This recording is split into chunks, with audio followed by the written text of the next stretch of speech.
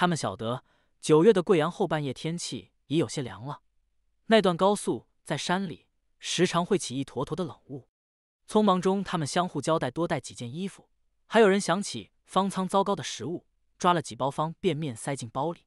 女人纠结着该给宠物盆里预放多少猫粮，少了会饿，多了会变质，猫吃了会拉肚子。楼下喇叭声催促着，想想也没什么，顶多半个月就回来了。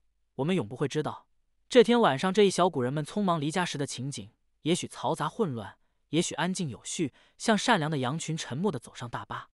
微博上有个女人说，她是我的闺蜜，我的冰箱里还囤着要给她的肉，等她从方舱回来就给她。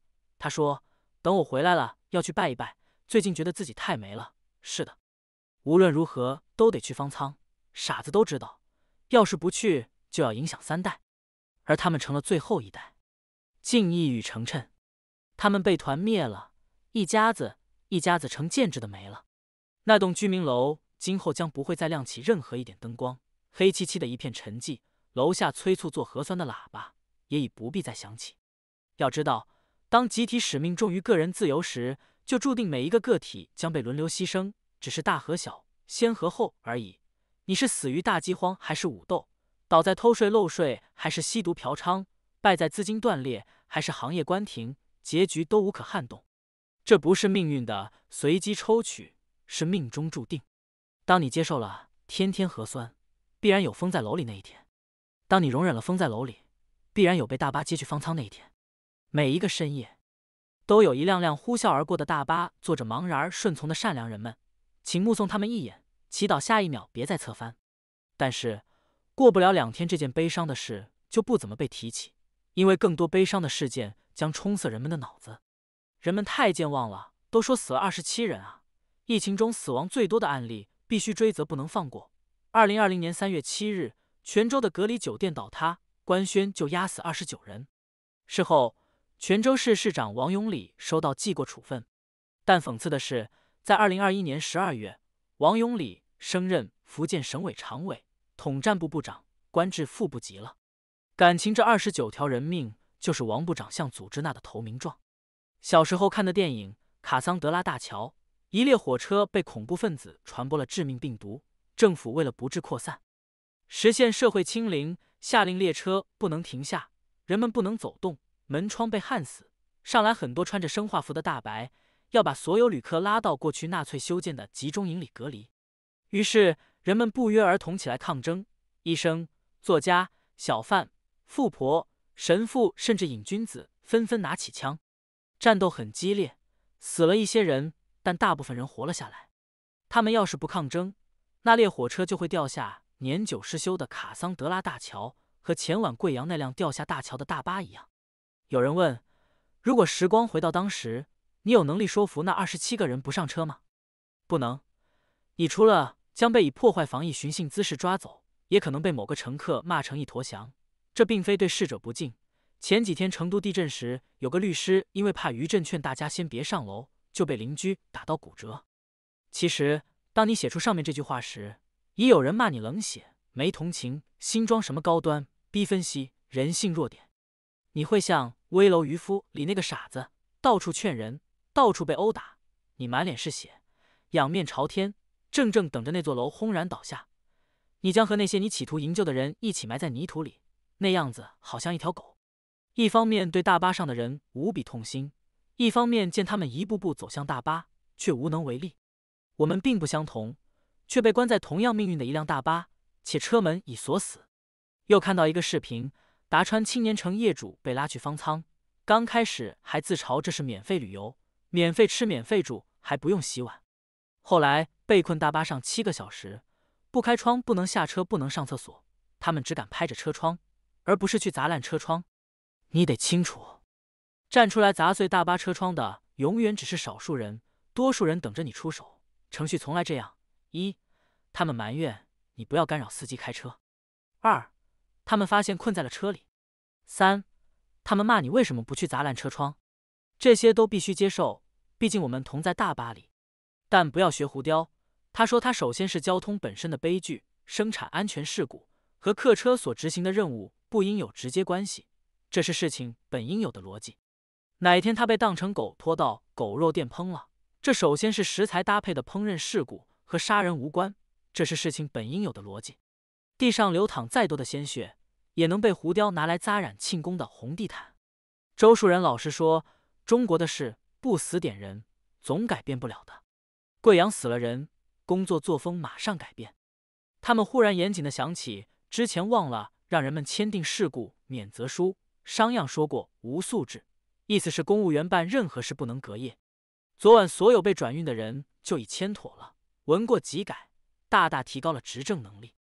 为那27人感到悲伤，为世界最大单体小区花果山小区有人被饿得喊谁家有剩饭，给口吃的吧，悲伤。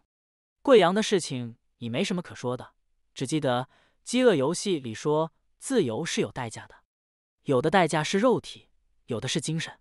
想起上海杨浦区老人去世1个月了，健康码还在更新中，1个月里死者做过4次核酸，不知道这27人是不是还有人健康码持续更新中。你应该知道这个实验，把5只猴子关进一间铁笼子，放下一根香蕉，其中1只猴子当然要抓香蕉。此时笼子上方浇下开水，众猴子被烫得滋哇乱叫，又放下香蕉，又有猴子去抓，开水再次浇下，如此几番，猴子们痛定思痛，倘若有哪只猴子在抓香蕉，其他猴子必然冲上去一顿暴打。到后来所有猴子都不敢抓香蕉。这时科学家换掉1只猴子，放进1只新猴子，新猴子又去抓香蕉，没等开水浇下，4只老居民就冲上去一顿暴打。几顿暴打下来，新猴子虽不明就里，这些大哥为啥总打我呀？但再也不敢抓香蕉。科学家再换掉1只老猴子，放进1只新猴子，再抓香蕉，再被暴打，连换5次。笼里最早的5只猴子已不在了，新猴子并不知道开水的存在，但谁敢抓香蕉，必然冲上去一顿暴打。他们并不知道为什么要奋力群殴，但知道这他妈就是攒铁笼子的规矩。科学家发现一个现象，上一次被暴打的猴子打起新猴子最凶狠，别的猴子出于守住规矩，这只猴子出于对自己刚被暴打的报复心理。再说一遍，成都有个律师跑楼下躲避地震，由于担心余震一时不愿上楼，就被一对邻居以他不守防疫政策为由暴打一顿，鼻梁都打断。看，这就是铁笼子里的开水效应。这对男女不是警察，连个大白都没混上，同关在笼里的猴子而已。他们并不明白病毒传播原理，不明白没有病毒就没有人类，全世界都开放了，欧冠英超人山人海都不戴口罩。但他俩明白，谁跑到楼下就破坏了铁笼子的规矩，会连带自己拖去方舱吃猪食。厕所里全是屎尿，所以必须暴打那只不听话的猴子。为何下手如此之狠？成都从800米时空伴随解封再封控，刚遭惩罚的猴子出手最狠，这是报复。当然，现在猴圈流行把报复同类叫做正能量。还记得四川那只大妈竹竿巡逻队吗？见有人上街买菜不戴口罩，就挥舞竹竿驱赶击打。他们年轻时正遇大饥荒，饿得皮包骨头，甚至月经不调。现在报复的时刻终于来到了。人类进化这么多年，跟猴子相比也没啥进步，有全世界最多的高楼，跟关猴子的铁笼子也没多大区别。我是很佩服咱这儿自古以来的驯猴人的。中华驯猴业开山鼻祖商鞅在辱民中说：“民辱则尊官”，意思是人民被羞辱惯了，就会尊重官员。在弱民中说：“民愚则易治也”，人民愚蠢了就好管理了。还说：“以刑治民，则乐用”，君主用严峻刑法管理人民，人民反倒更乐于出力。有一天，我看到警察从小区靠走一对男女，旁边的群众都热烈鼓掌：“好，抓起走，抓得好！”太不道德了，道德败坏啊！看着群情激昂，道德谴责中那一对被铐走的男女，羞愧不已。我以为是在抓破鞋，是非必要不做爱的违反者，后来才知道是小区租户遛狗时顺手喂了几口社区发的月饼，被邻居举报。法律没禁止遛狗给狗吃月饼，但这不重要，重要的是当众羞辱并让其他猴子看。民辱则尊官，这正是驯猴师重要的训练科目。注意到，在这场羞辱训练中，群众的表情比警察还激愤，台词也在最合适时机插入，完全没干扰警官的表演主线，人物生动，对比鲜明，烘托出整个故事的完整性，比演员还能准确把握表演的规定情境，比李易峰演得好。这部分正能量人民，请搂着点儿。您正饿着肚子呢，小心低血糖。要是晕厥倒地送医院，还得重做一遍核酸。比如民娱则益智，随地可见商鞅培养的一代又一代小训猴师，披着袈裟讲波旬的道理。疫情爆发后，一哥们儿出于种种原因带着儿子回国上学。3年过去，儿子思想有了长足进步。这天儿子放学回来，转述老师讲的美军大运会上放毒，激动地表示：“我长大后要杀死所有美国人。”这哥们愣了好一会儿，对孩子说：“啊，你就是美国人？”训猴师们如今已无需亲自浇开水，猴儿们早被训至一种遗传境界。我爷这些年一直听官家的，所以我爹就听官家的；我爹听官家的，所以我就得听官家的。儿子、孙子、子子孙孙无穷尽也。表面看这是一项抗议行动，实际上是一项伟大的遗传基因改造工程。以刑治民，则乐用，用刑法管理人民，人民内心反倒挺认这一招的，个个头顶了一壶隐形开水。这壶开水有时叫大白，有时叫方舱，有时叫拘留半个月。渐渐就只剩下听话的优质品种。至于听从过程中诸多屈辱，比如必须下跪才能求到一捆白菜，儿子必须把濒死的父亲抬到银行柜台人脸识别才能取钱，2个月大婴儿也要核酸。女孩哭喊着纵身跳下，开始是有点不舒服，但有一个规律：苦难中挣扎的人们，慢慢就能把苦难自我合理化、使命化、神圣化。你要是提出异议，他会出现纳粹化，对你发动攻击。商鞅还是落后了，他忘了感动。前2天成都流行起一篇感动、暖心的正能量文章。一个不满16岁女孩饿得不行了，在小区门口外卖点偷了2个外卖。物业通过监控找到她，发现她和奶奶住在一起。保安让她退还外卖的73元，她都拿不出来，得等到自己网购商品退款到账才行。女孩6岁时被父母遗弃，初2时辍学，之前在网吧打工，疫情来了，网吧关门，她就失业了。此时报道及时跟进，这个故事结局充满着温暖。叶伟展开了捐赠关爱行动。业主们纷纷解囊，一天就接收了16800元捐款。有好心人帮他找了工作，到他18岁时就可以签正式的工作合同。女孩最后表示感谢政府、学校和业主给她勇气和信心，她要好好学习，回报社会。留言下面一水儿感恩，朋友圈也是好感动啊！疫情期间现人间真情，眼眶湿了，心里暖暖的。打感动牌一直是有效的。一方面，人们用感动对冲一下平时的不敢动，弥补了懦弱感。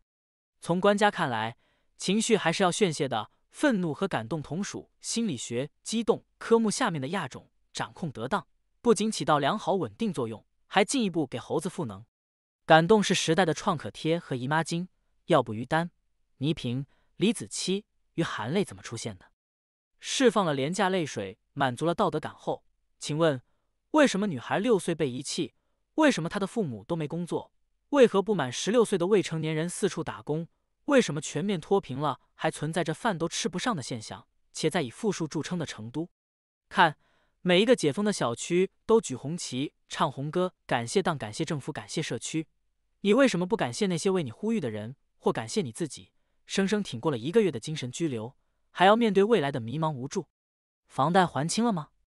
最近又开始流行谈宽容。宽容和感动是一对孪生兄弟，前者变招法让你接受一些坏东西，后者流着泪夸大一些并不好的东西。你到底要宽容和感动什么？宽容那个不准护士就诊导致噎死在自家医院门口的保安，感动于那个未满16岁的女孩居然没跟奶奶一起饿死在家里。宽容冲进民宅把字画、衣物、电器消杀得一塌糊涂的大白，感动于他们没日没夜认真战斗在防控第一线，阻止老人透析拉走4岁孩子，隔离顺手再打死几只柯基，都是羊水里泡大的，装什么纯净水？